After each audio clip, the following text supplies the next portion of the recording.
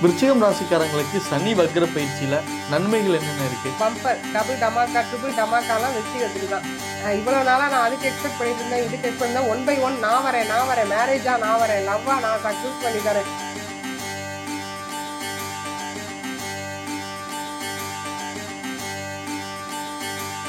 தீமைகள் என்னென்ன இருக்குன்றத விரிவா பார்க்கலாமா? காதலிக்கிறேன், வீட்டில் ஒத்துக்கல, வேற கம்யூனிட்டி, வேற கேஸ்ட்ல இருக்காங்கன்றவங்களுக்கு ஷுவரா.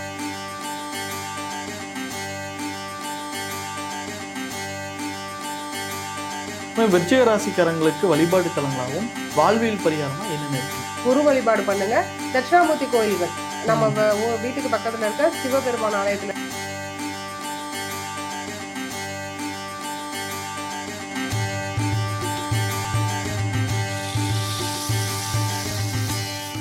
ஃபோக்கஸ் டிவி நேயர்கள் அனைவருக்கும் வணக்கம். நான் உங்க ஜித்து. இன்னைக்கு நம்ம கூட இருக்கக்கூடிய ஸ்பெஷல் கெஸ்ட் பாரம்பரிய ஜோதிடர் சூரிய தேவராஜன் மேம் தான் இருக்காங்க. வணக்கம்மா. வணக்கம் சார். எப்படி இருக்கீங்க? நல்லா இருக்கீங்க. சந்தோஷமா. சமீபத்தில் இந்த சனீஸ்வரன் சொன்னாலே எல்லாருக்கும் அந்த ஒரு பயம் இருக்கும். அதுவும் சனி வக்ர பயிற்சி வேறு நடக்குது அப்படின்னு சமீபத்தில் கேள்விப்படுறோம். அது எந்தெந்த ராசிக்கு நல்லது இருக்குது, எந்தெந்த ராசிக்கு கொஞ்சம் கெடுதலாக இருக்குது அப்படின்றத பற்றி சொல்லலாமா? சொல்லலாம் சார். ஓகே, அதுக்கு முன்னாடி சனி வக்ர பயிற்சின்னு என்னன்னு தெரிஞ்சுக்கலாமா? வக்ரம் அப்படின்னா என்னன்னா, அதை ரிட்ரகேஷன்னு சொல்லுவோம். அது ஒரு அஸ்ட்ரானமிக்கல் டேர்ம். ஓகேங்களா? அதாவது சூரிய குடும்பத்தில் சூரியன், சந்திரன், ராகு, கேதுவை தவிர மீத 5 கோள்களுமே வக்ரம் ஆகுது அப்படின்னு சொல்கிறாங்க. வக்ரம்னா ஜோதிட ரீதியாக பின்னோக்கி போகிறது அப்படின்னு சொல்லப்படுது. ஆனால் கிரகங்கள் எதுவும் அஸ்ட்ரானமிக்கல் சயின்டிஃபிக்காக பார்த்தா பின்னோக்கி போகாது. அது நம்ம எப்படி எடுத்துக்கலாம் அப்படின்னா, இப்போ ஒரு ட்ரெயின் வருது, ஆப்போசிட்டில் வர ட்ரெயினுக்கு இடம் கொடுக்கணும்னா இப்போ இருக்க ட்ரெயினுக்கு ஒரு லூப்பே வச்சுருப்பாங்கல்ல, கொஞ்சம் ஒதுங்கி நிற்கும், சைடில் நிற்கும். அதுபோல் கிரகங்கள் தான் சுற்றி வர்ற நீள்வட்ட பாதையிலேருந்து கொஞ்சம் ஒதுங்கி நிற்கிது. அப்படி இருக்கும்போது அதனால என்னங்க விளைவு அப்படின்னு சொன்னால், கிரகங்களுடைய கதிர்வீச்சு தான் ஜோதிடமே. கிரகங்களுடைய கதிர்வீச்சு. இப்போ சனி பகவான் அவருக்குன்னு ஒதுக்கப்பட்ட நீள்வட்ட பாதையில் சுற்றிட்டு இருக்காரு அப்படின்ற பொழுது அவர் கொஞ்சம் ஒதுங்கி நிற்கிறாரு அப்படின்னா அவருடைய கதிர்வீச்சு கம்மியாகும் போது யாராருக்கு நன்மை, யாராருக்கு தீமை? 12 ராசிகளுக்கும் நன்மையும் இருக்குது, 12 ராசிகளுக்கும் தீமையும் இருக்குது. பொதுவாகவே சனி பயிற்சி அப்படின்னா தீமையும் உண்டு, நன்மையும் உண்டு. ஓகேங்களா? எல்லாமே கலந்ததாக 50-50 தான் இருக்கும். ஒவ்வொரு ராசிக்கும் என்னென்ன நன்மை, என்னென்ன தீமை அப்படின்றத நம்ம டீட்டெயிலாக பார்த்துருவோம்.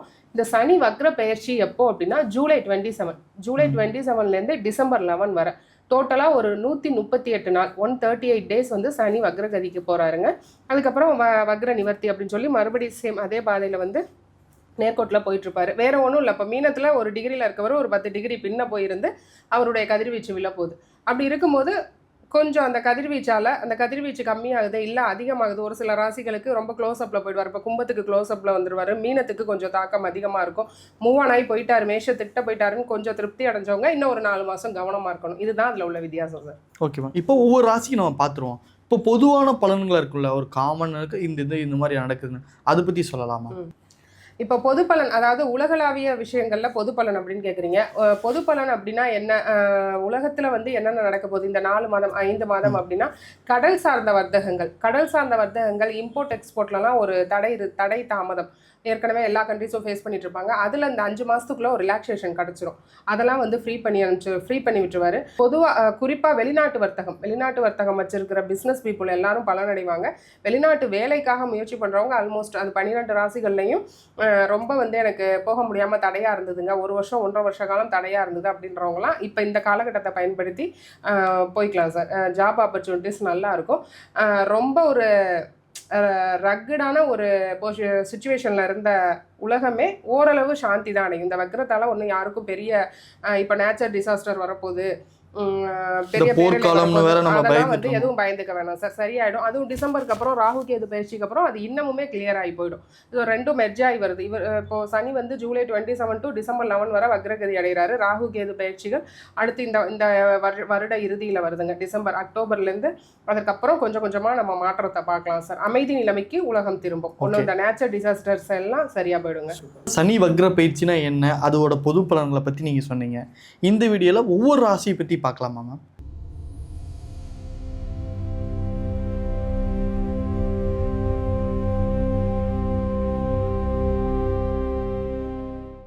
மேம், விருச்சிகம் ராசிக்காரங்களுக்கு சனி வக்ர பயிற்சியில் நன்மைகள் என்னென்ன இருக்குது, தீமைகள் என்னென்ன இருக்குன்றதை விரிவாக பார்க்கலாமா?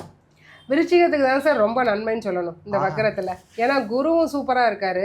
பம்பரே அவங்களுக்கு தான். ஆமா, பம்பர் டபுள் டமாக்கா ட்ரிபிள் டமாக்காலாம் விருச்சிகத்துக்கு தான். இவ்வளவு நாளா நான் அதுக்கு எக்ஸ்பெக்ட் பண்ணிட்டு இருந்தேன், இதுக்கு எக்ஸ்பெக்ட் தான். 1 by 1 நான் வரேன், மேரேஜா நான் வரேன், லவ்வா நான் சக்சஸ் பண்ணி தரேன், குழந்தையா அந்த வேணும், வேலை, பொருளாதாரம், எவ்ரிதிங் வருது. ஏன்னா 7, 11 2ஆம் இடம், அதுல வந்து வக்ரசனியின் பார்வை விழுகுது. 7ன்றது முதல் திருமணம், 11 2ஆம் திருமணம், 2 வந்து குடும்பஸ்தானம். அப்படி இருக்கும்போது முதல் திருமணத்திற்கு வெயிட் பண்றவங்களுக்கு முதல் திருமணம், அரேஞ்ச்டு மேரேஜ், லவ் மேரேஜ் ரெண்டுமே. 11ங்கிறது திருப்தி ஸ்தானம்.